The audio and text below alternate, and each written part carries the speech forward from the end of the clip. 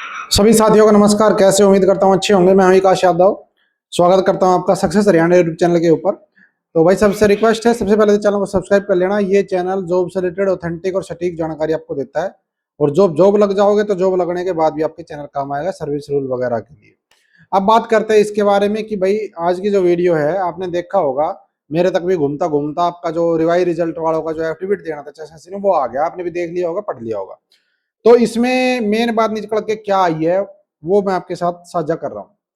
देखो affidavit 8 page के आसपास का है। मेन उसमें जो बात का फोकस है वो ये है, कोर्ट ने ये पूछा था एचएसएससी से कि भाई आप हमें ये बताओ, जो ये 781 कैंडिडेट के आसपास इतनी संख्या शायद, कि वो बंदे कहीं एडजस्ट किए जा सकते आउटस्टिड या नहीं किए जा सकते। संख्या बताओ आपके पास कितनी वैकेंट है जो भर्ती आई थी उसमें से, ये पूछा था। तो उसके बाद एचएसएससी ने जो रिप्लाई फाइल किया है इसमें दो बातें कही हैं उसने। एक तो ये कही है कि जो 781 कैंडिडेट है उनके वकीलों की तरफ से हमारे पास पूरा डाटा नहीं आया कि वो पूरा उनका नाम, पिता का नाम, डेट ऑफ बर्थ, कैटेगरी, किस पोस्ट पर अप्लाई किया, रोल नंबर, रजिस्ट्रेशन नंबर, ये सारी चीजें। उनको सिर्फ उनका कहना है कि 110 कैंडिडेट का डाटा हमें मिला और उनका हमने वेरीफाई कर लिया, लिस्ट भी दी है लास्ट में। और ये कहा है कि जिस कैटेगरी में ये कैंडिडेट हैं, जिस कैटेगरी से बिलोंग करते हैं और जिस पोस्ट के लिए इन्होंने अप्लाई करके मतलब ये ज्वाइनिंग ले रखी थी, उन कैटेगरी में कोई पोस्ट ही खाली नहीं है। ठीक है, जैसे हरियाणा पुलिस भर्ती की बात है, और भी उसमें जिक्र है, कई भर्तियां थी।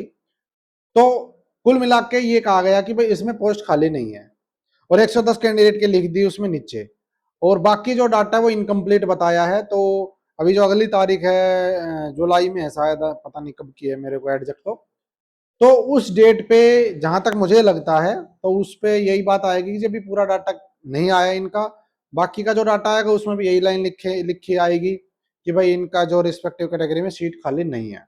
अब बात ये आती है जी, क्या एडजस्ट किया जा सकता है या नहीं किया जा सकता, कानूनी चीज क्या है। देखो, अगर आप, वो कहावत है जैसे, आप किसी डॉक्टर से बात करो किसी मरीज की, किसी ये ऐसे ऐसे कंडीशन है, बच जाएगा हमारा मरीज, वो कहेगा नहीं जी पूरी जोर लगा देंगे बचेगा। तो ऐसे ही है, अगर आपका जो केस लड़ रहा है वकील, उनसे पूछोगे तो वो तो देखो सीधी सी बात है, यही कहेंगे बिल्कुल किया जा सकता है और आपको हम करवाएंगे। करवाएंगे की तो मैं गारंटी लेता नहीं, हाँ किया जा सकता है, ये सही बात है कि आपको एडजस्ट किया जा सकता है। लेकिन कोर्ट ने ये सिर्फ कहा था कि इनको एडजस्ट अगर किया जा सकता है तो करो, ये नहीं कहा कि इनको एडजस्ट करना ही पड़ेगा, करो इनको एडजस्ट, ऐसा नहीं कहा। ये आपको भी पता है, बिल्कुल सटीक जो चीज थी वो यही थी कि इनके लिए सीटों का पता लगाओ कि खाली है या नहीं है, इनको एडजस्ट किया जा सकता है नहीं किया जा सकता। एचएसएससी ने यही कहा हमारे पास इनकी कैटेगरी में कोई पोस्ट खाली नहीं है और एचएसएससी के लेवल पे एडजस्ट नहीं किया जा सकता। तो अब बात आती है आपके पास ऑप्शन क्या बचा। आपके पास ऑप्शन दो ही बचे। एक तो कोर्ट की तरफ से कोई मतलब क्या कहते हैं उसको, कठोर जजमेंट आई जिसमें ये कहा गया हो कि जिनको एडजस्ट करना पड़ेगा, या तो जब बात बन सकती है। और ऐसा अगर जजमेंट आता है तो फिर हो सकता है कि आगे अपील हो जाए, और आपके खिलाफ आता है जजमेंट तो हो सकता है आप आगे अपील कर दो, क्योंकि अपील करने का अधिकार तो सबके पास है। और अब जो मेरे अकॉर्डिंग आपके पास रास्ता है सिर्फ अनुरोध करने का है, रिक्वेस्ट करने का। और रिक्वेस्ट होगी माननीय मुख्यमंत्री जी और राजेश खुल्लर जी के ऑफिस के द्वारा, बस एक ही रास्ता आपके पास है। अगर आपको एडजस्ट होना है तो वहीं से कुछ विनम्र अनुरोध करके आपका बात अब बन सकती है।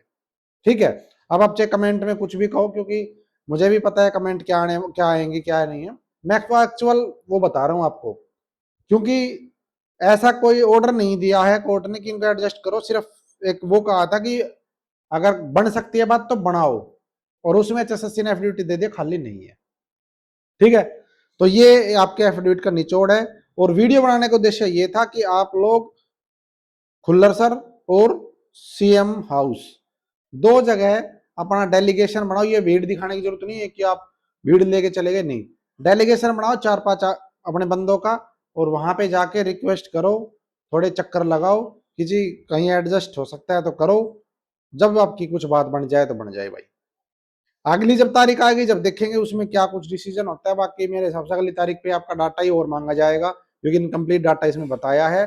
और फिर देखेंगे क्या होगा। अब जुलाई में ये तारीख, अब जून में छुट्टियां हैं कोर्ट की, तो उसके बाद जब तारीख लगेगी जब देखेंगे। Thank you. जय हिंद, जय भारत, जय हरियाणा। आपका दिन शुभ।